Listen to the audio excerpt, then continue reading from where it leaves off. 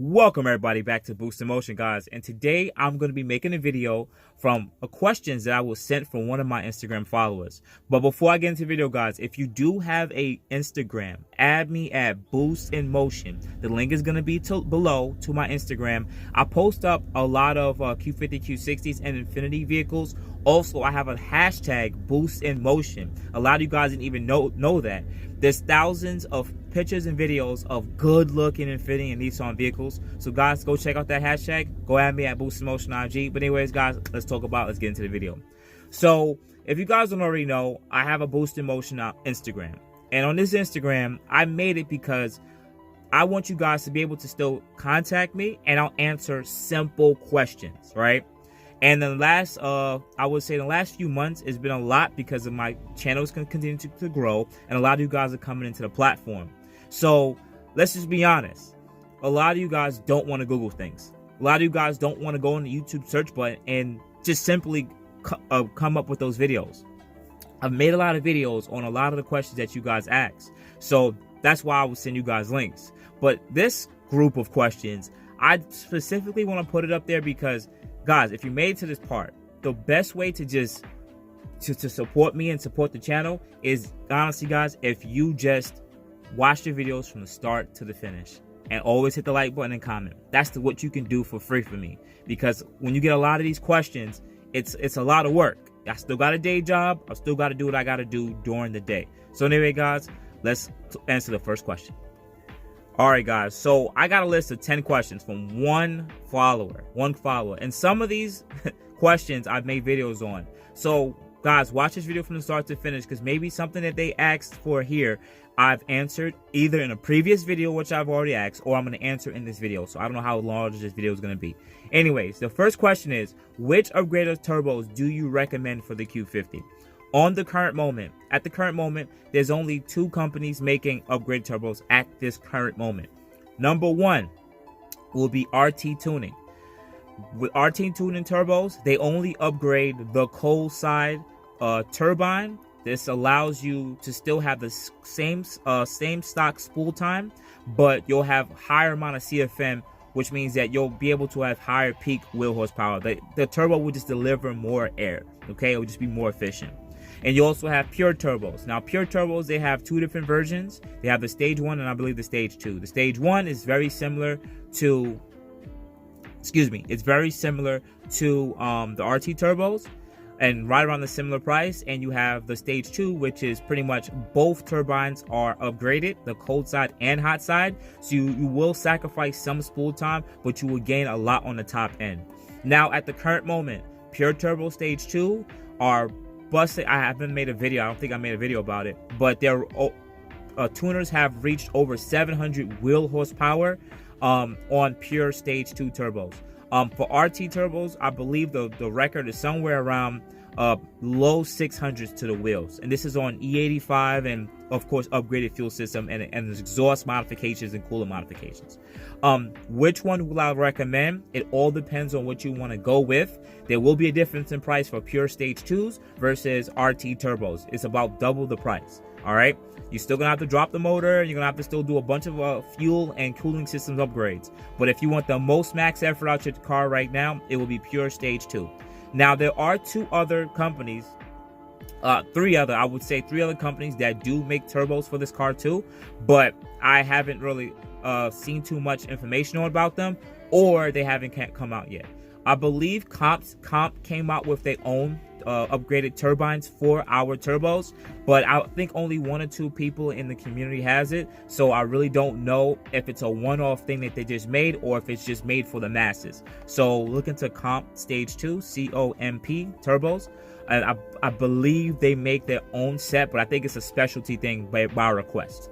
You also have AMS that makes their upgraded turbo kit, which they use completely different aftermarket set of turbos. That kit is right around, I believe, almost $10,000. Of course, you're going to need other modifications, fueling system, but on their built tranny Q60, it made around 850 wheel horsepower, okay, and they could have made more. And then you have, lastly, Drop Bear Performance. They're trying to come out with their turbo kit as of right now. They're trying to come out with their turbo kit sometime later March or early June. So which one I would honestly recommend? It really depends on what you're looking for out of your car, because it all depends on fuel. It all depends on it depends on fuel. It depends on your modifications. It just depends on how much you're building your car. If you're gonna build block, build motor, closed deck, yes, look into drop bear and/or AMS performance turbo kit, because you know it's gonna cost money, but that's what you want to do. If you just want the car to run on 93 fuel and get the most amount of power out of it on 93 fuel without changing up too much things, then the Pure Stage 2 turbos will probably be it, because they're right around the mid 600 wheel horsepower or low 600 wheel horsepower on 93 fuel. If you want full send E85 stock turbo units but just upgraded fins, then the Pure Stage 2s will be up there. You might want to stick with just maybe RT tuning on 93 fuel, but that's right around that 500 to mid 500 wheel horsepower range. The second question, what is E60 Mix? E60 Mix is the fuel is at about, you have ethanol to the amount of grade of fuel. It's about 60% ethanol in the gasoline itself. You have regular 93 gasoline, which is about up to 10% ethanol. So the more ethanol content that increases, that gets you to right around 60% ethanol to the gasoline mixture. Okay. The next question, would E60 Mix be a good mix to run in my vehicle? That all depends on what you're trying to have the car run off of. If you want the car to run off E60 every day and you're around E85 and it's plentiful, then yes, you can get the car tuned for it, and it can be done. There's plenty of tuners who did it for different makes and models already, and it can be done. It's just that you're going to have to, which goes to the fourth question, would low pressure fuel pump flex fuel kit from AMS be good without high pressure fuel pump to run E60? That's a good question. So based on from me talking to different tuners, from different people who've been running E85 for the last couple years, and outside of the Infiniti Nissan community, at least with our cars, because we have a direct injection and our stock fuel systems just cannot pump out the higher grade of E60 fuel. Let me just break it down. I feel like I should answer this in the second question. With the E60 fuel, with the ethanol, you have to deliver more fuel to get the same amount of burn. So you can, let's say, have a cup of 93 fuel and you can just run that cup, right? But to get the same amount of, I would say, thermal expansion, or to get the same amount of power, out of what 93 fuel will do, you would need about a third to about 2/5 more fuel to be able to make to have the same amount of burn of 93 fuel as if it was a cup. So that's about a cup and a third, or a cup and 2/5. So an E60 mix, because it has a higher ethanol content, you will need more fuel. You'll start running through a lot more fuel. So with that, our stock fuel pump system, the low pressure fuel pump, is at a lower amount of fuel pressure, and because you need to run more fuel and dump more fuel, you need higher amount of fuel pressure. So the low pressure fuel pump needs to be upgraded. The flex fuel kit is just for accessibility, in the sense that it's just you need the low pressure, the fuel pressure. You need the flex fuel kit so that you can be able to read the amount of fuel ethanol content. This makes it easier for you, because you know right around if the car is running on E30 or E70. Remember, if you get tuned on E50, E60, and the car bumps down to E30, the car's timing was advanced so much that the car may start knocking, because it has less ethanol content at a higher RPM. So this is why people usually, when they get tuned at different E stages, to make sure whenever the car jumps between that, which moves on to the next part, because you have the flex fuel kit with the tune, the car can automatically, with the flex fuel kit, automatically read it upon the tune, and it will make the changes from when you come from E70 to E30. So it'll just bump down to the E30 tune, and you'll be good to go without you having to reflash the car. That's just more of an accessibility and convenience situation. And the question you said is without high pressure fuel pump. From what I've been told, shout out to Edwin Young, and shout out to a few other tuners have told me that you can run the low pressure fuel pump and flex fuel kit on E50 mix. It's just that they're not going to strain the fuel system too much, because let's say you're trying to run 24, 25 PSI, not telling you guys to go do this, on E50 and low pressure fuel pump. That will probably put too much of a strain on the fuel system itself, because the stock fuel pressure, high pressure fuel pump may not be able to keep the amount of pressure to deliver that much amount of fuel. So they'll usually run a little bit less boost. They'll probably run a little bit less boost. Maybe, I'm just throwing numbers out here. They probably might run 16, 17, 18 pounds of boost. A little bit more easier for the fuel system. Now, for the next question I got asked was, which exhaust would you recommend? I'm assuming you meant by CATBACK exhaust. I'm going to be honest with you, I'm not going to recommend any CATBACK exhaust really on the market at this current moment, because it's all up to you and it's all up to how much money you have. You can go with a cheaper exhaust that you had done by a regular shop. Don't do that. Please don't do that. Or you can go with a more, you can go with exhaust from Rev9, HKS, Tanambi. You have NVIDIA exhaust. You have ARC. You have AAM, and the list continues. So my recommendation, go look at YouTube videos for the specific engine you have and listen to sound clips. From there, you can pick the sound that you want to go, because not everybody likes how specific exhausts sound like. So I'm not going to recommend any exhaust. Sixth question was, would I need lower downpipes and upper downpipes? That's really up to you. That all depends on the state's emissions wherever you live. So I live in New York City.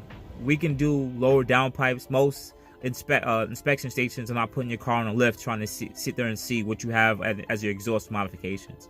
They just want to make sure that you don't have a check engine light, and they want to make sure you don't have tints on your car. That's usually how New York State is, right? Depending on inspection stations. But I know in New Jersey, they're a little bit more anal about it. They'll actually put your car on the lift and want to see if you made any modifications. And if you live in California, of course, you can't really take off your catalytic converters, at least from what I know, because you can run into issues with that, because you want to be able to pass smog and other emission standards. So just know your state's emission standards, and then from there you can pick and choose.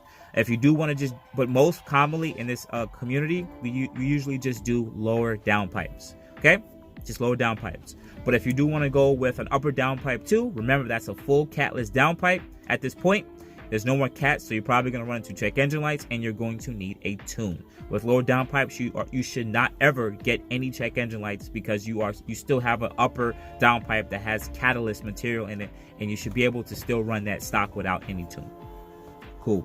Which oil catch can do you recommend? At this current moment, I have no catch cans that I actually do recommend. I can just recommend that there are cheaper ones, such as AddW1, which I did do a sponsorship with, I think sometime last year.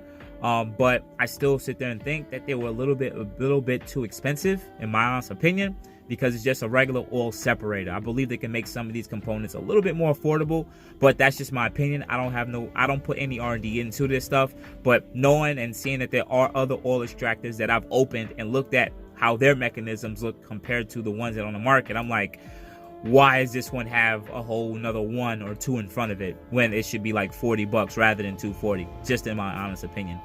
All right. Next, would changing the drive shafts change the performance? That's a good question. So if you guys want to go with a lightweight aluminum drive shaft or a carbon fiber drive shaft, what he's necessarily asking is, would you gain performance?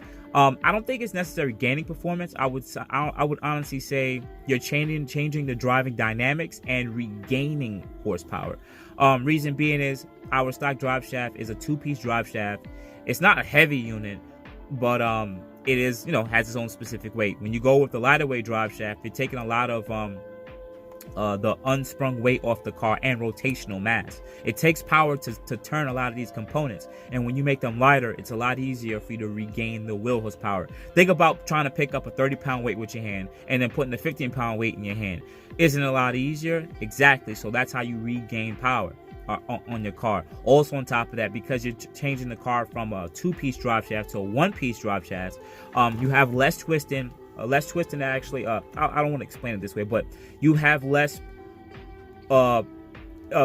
places for it to run into faults. So because it's a 2-piece drive shaft, it has a joint between it, and that joint could actually that joint will fail over time because of excessive amount of torque from specific launches you might be doing. So it is a good upgrade, I would say, if you know you're keeping the car, you're not selling it, and you want to get almost all the performance out your car. Do I think it's one of the first modifications you should do out the gate? No. I think it's something that you should do later down the line as time goes, once the car is tuned, because you don't need to tune for a drive shaft. It just allows you to regain a bit more power that you would have lost because of excessive of rotational mass, and or because it's a bit, you know, it's just pretty much just, you know, you just regain wheel spot. That's it. I'm sorry for just rambling there. Next question: which wheels are light and good for gains? To be honest with you, you have to Google that question. I'm not a wheel. I don't work for Fitment Industries. I don't know all the lightweight wheels you can go with, and that question is so super deep, and it goes very far, because there's lightweight wheels out there. So, for instance, such as RPF ones, but not all RPF ones could fit Red Sports or 3.0T Sports with the BBK package, because they're not going to clear.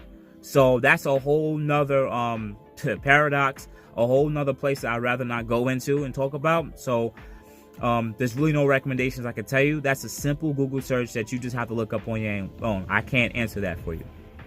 Lastly, which tires do you recommend would be light and good for performance? To be honest with you, in my honest opinion, most performance tires that most people recommend are not light. You're not going to get lightweight tires, because usually that means they usually use less material, less plies, less metal bands and belts inside of it. So, you know, usually those are less quality and don't have the specific load range or the amount of weight required for our cars to sit on.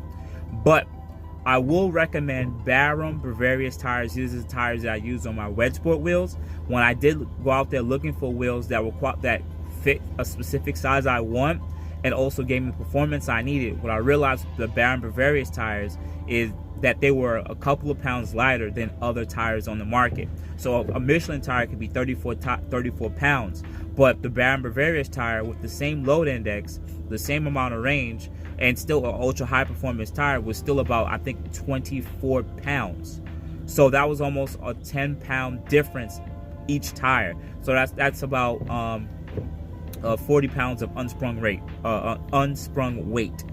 because you know, and rotational mass too. So I went with that tire. So definitely look at that tire up, BARUM Bavarius. All right, and that's pretty much it. I mean, outside of that, there are Michelin tires that are on the market. You also have BF Goodwrench tires, you have Continentals, and you have a few other Toyos. It just depends on what you're trying to get those tires used for. If you live in Florida, of course, you don't really need an all-season tire, because you know you only have rain and sun. That's it. If you live in a higher up in New York City, you may need an all-season tire, because we go through all seasons. Also, if you depend on specifically what area you live in, you may need a dedicated winter tire. It's really up to you. So outside of that, guys, I tried my best to answer all the videos to my best of my knowledge in this video. Hopefully it answers some of the questions that you guys had. And before you guys go and hit me up at Boost in Motion asking me to elaborate on some more topics here, just YouTube some of these topics, Boost in Motion, and put whatever it is. And there's probably a video that I have specifically designated for it. When I realize I have a topic that I haven't touched on, I usually make a video on it, and I usually keep it there as a timestamp. So outside of that, guys, you have a good morning, good afternoon, good night. Thank you, guys. Appreciate it. You have a good day. Thank you, everybody, for watching. Do appreciate you guys. Love you guys very much.